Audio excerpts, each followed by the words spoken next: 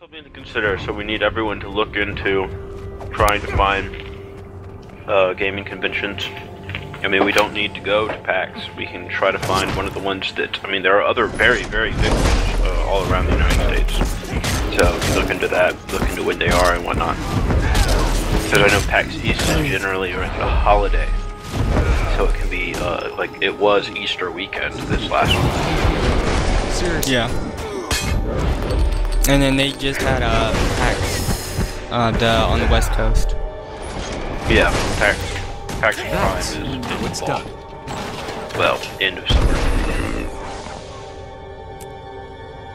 So, it's something to keep in mind for the future, because we need to think about it, because we need to plan it if we're going to do it, and we want to do it, so we need to do it. So, y'all are all going to come back to me with something in a month. Thank you. Do it. Obey. Sounds good. Then we've got Guild Wars 2, which we've been going in. Officers kind of talked about that earlier, where we've got a bunch of new members who we don't really get on the mumble. We don't really know who they are. Not playing with people as much as we would like to, so people are kind of leaving, and our retention is pretty bad. And we want to up our retention by trying to improve the number of individuals who stay, because they become our friends and our family, because we're like that. Except for you. No one likes you. Nobody. And we're kind of talking about how we would do that and try to encourage people, almost require people to get on Mumble, especially when they're new to the clan, and we need to get to know them. And especially with cross clans, if you are not playing with another clan, if you're not in our, if you're not, don't have access to our guild channel, you're expected to at least attempt to be in the Mumble for contacting purposes, unless of course you are in another voice thing with the other clan group. That's kind of understandable. We're looking into starting scheduled events, whether that be dungeon runs or full map clearings or large meta events and jumping puzzle days. Any suggestions on when people would start to want to do that? If you ever want to run one, feel free to post that on the forums. That's the end of what I know anything about. What else is on the what else is on the itinerary? Minecraft server. DayZ, practices and policies. Okay. Getting on the same page. What we allow, what we don't.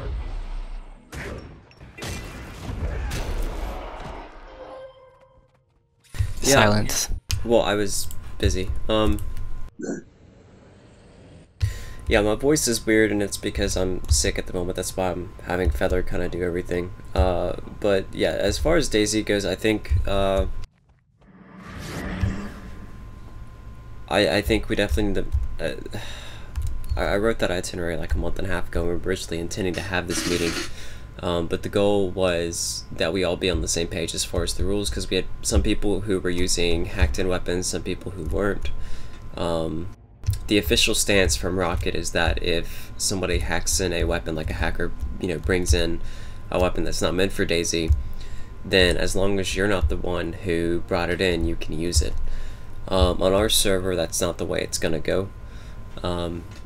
We don't want anybody using hacked-in weapons at all, because that gives you an unfair advantage over somebody else. And DayZ's always been about skill and tactics, not about overpowered weapons. And who can hack harder. So I think that's really all we have for DayZ. We don't have too many people who are playing DayZ a lot right now. I know we're kind of in a bit of a limbo state with DayZ. Hacking's gotten really, really bad, and Rocket's working on the standalone, so not too much is being done about that in general. So I think we're kind of waiting on the DayZ standalone to come out before we really get heavily involved with DayZ. Is it gonna cost extra? Standalone, I think he is wanting to charge for it, but it'll be a one-time cost, just like the game itself was. Now the standalone will be running off the Arma 3 engine, which hasn't even come out yet. The Arma 3 engine, they released gameplay videos utilizing the engine, but it doesn't actually launch until, I believe, this winter is what they're shooting for. So it looks really good. I'm really excited about it. But I'm thinking because it's such a new technology and stuff, he is planning on charging for the standalone. Okay. But if he does, it'll be like 20-30 bucks, and you pay once and you have access to everything. Okay. Alright, so I was actually redoing this redoing this computer on another site where it makes sure that everything is compatible. And I managed to find a case that's $50, but comes with a power supply. So we're getting a $20 power supply out of this, and it's a Rosewill, so it should be fine. So, one stick, 8 gig. So let me get that out of the way. Now I'm back down to the 4 gig sticks. So grand total is actually 406.7.51. Okay. And that's because of shipping, which I will cover if I have to. That's still not too bad. The reason Chaos is mentioning that is because with the Minecraft server, we've been hosting it off of some of the other machines that Chaos and I own, but that's not going to be viable. I need one of those machines back for my work, so we're looking for ways to build a new machine, and so of course we're going to need donations for that. So if you play, Minecraft at all, if you want to help out with the server, that'd be great. Just toss a couple bucks and just make sure you note when you donate that it's specifically for the Minecraft server, so that we can get that back up and running. Okay. The next thing I think we're going to talk about were league teams. We haven't been very involved with League lately, as far as the FTW teams go. I know the European teams have been working on things and scrimming and things. The North American team for sure definitely needs some work. I think if we were planning on getting involved in Season 3, then we need to definitely set some schedule times and get back on it. We had some stuff scheduled, but I think people just started coming to practices, or too many people were missing practices. Yeah, pretty much that last part.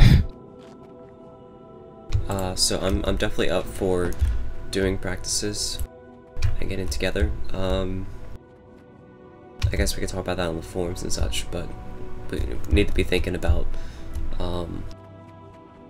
when we want to meet up and what time works best for everybody. And if we have more than 5 people, we also need to discuss whether or not those extra people are just going to be like more reserves, or if they're going to be a separate team. Like if we have enough to do 2 teams, then we can do that as well.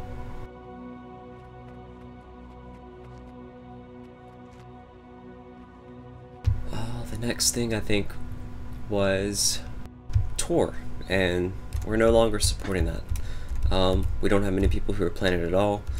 In fact, do we even have anybody X who's active at the moment playing it? Not that I know of.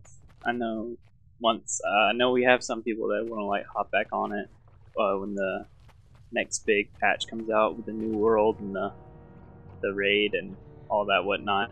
And it looks pretty fun, and it's going to be free, so you won't have to pay for it. But other than that, not really. Gotcha. One more note on the Minecraft server. If everybody in channel right now donated $30, I could get this thing. It'd be a little extra from me, but I could get this thing. So that's all we're looking for. And if we get some people who aren't in channel right now to donate, it'd be even less needed. Right. So it's not like a whole lot per person that we're looking at.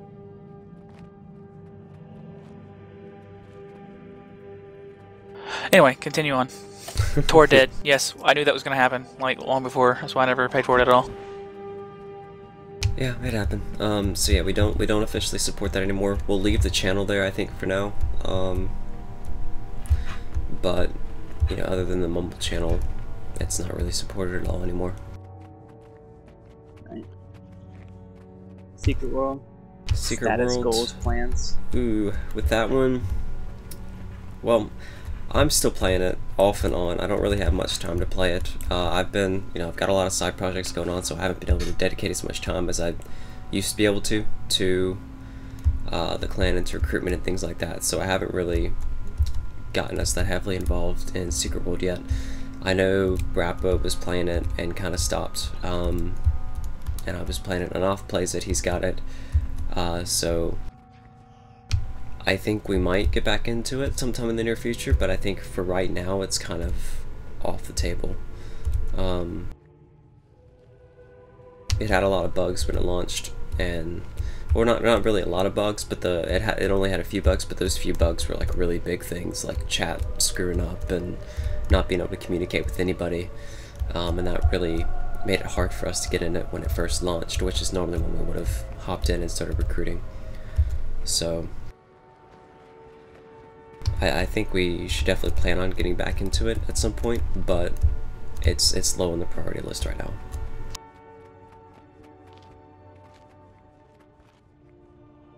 Structure changes. Increase required ages. Yeah, we're gonna increase the required age. I think to. I forget what we decided on. We decided, I think, on 17 or 18 as being the required age. Just because most of our members are that old anyway, and having that required age of 15, people automatically assume when they're looking at us, hey, you know, they're gonna have a bunch of 15, 16-year-olds in there, because that's how low their age requirement goes. So, I'm thinking it's better just to go ahead and raise it up to 17 or 18. Most of our members are already that age or older, and they're gonna have more the maturity that we're trying to find anyway. Most 15 and 16-year-olds don't have the level of maturity that I think most of us kind of want in the clan. So I think bumping the age required up is a smart decision.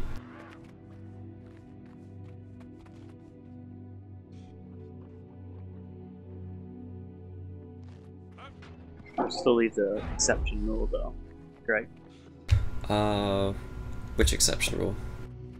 Like, for example, Donut, who's 12 years old.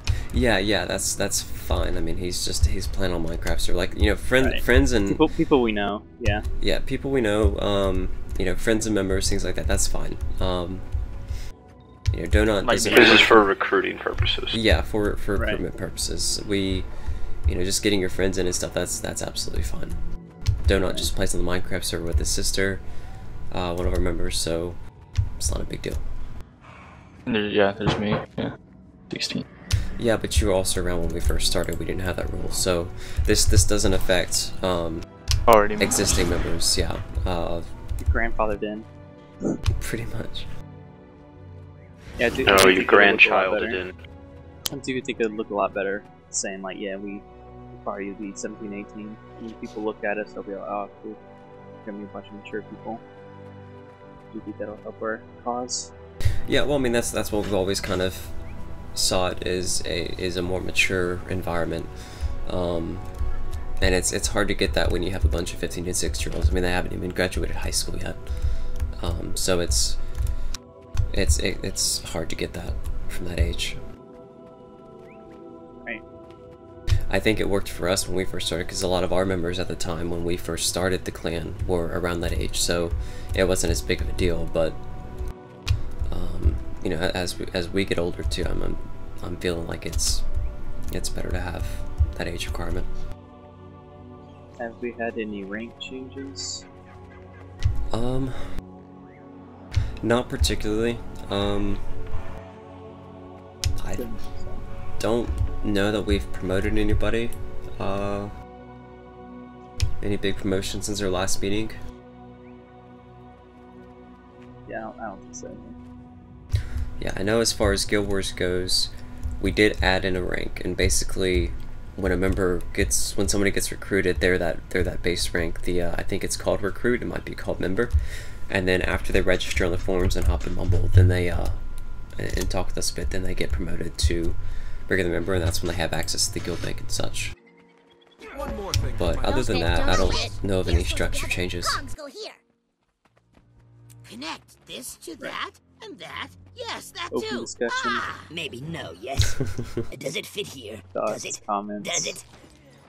Queries, Yeah. quandaries. On with the question. We were, we talked about this in the officer meeting as well. Startup sequence detected. Scanning. We've had several people asking about Switching to battle mode. supporting, WoW.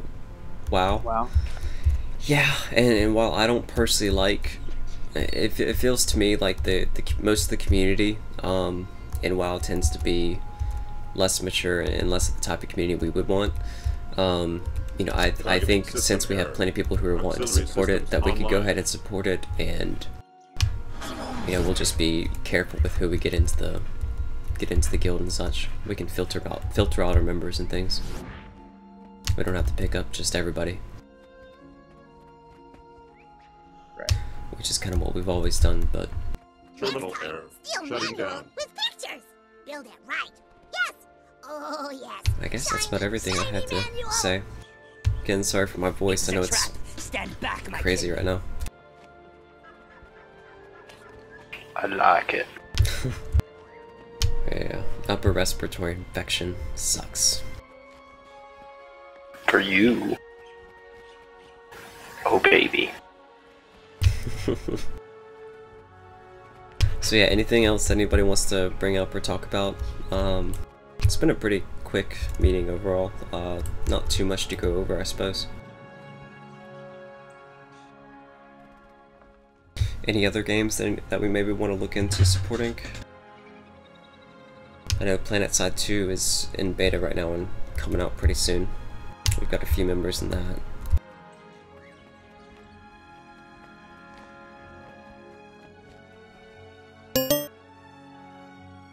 Oh, Our work Loki is done. said show up. The script will be easy prey without their king.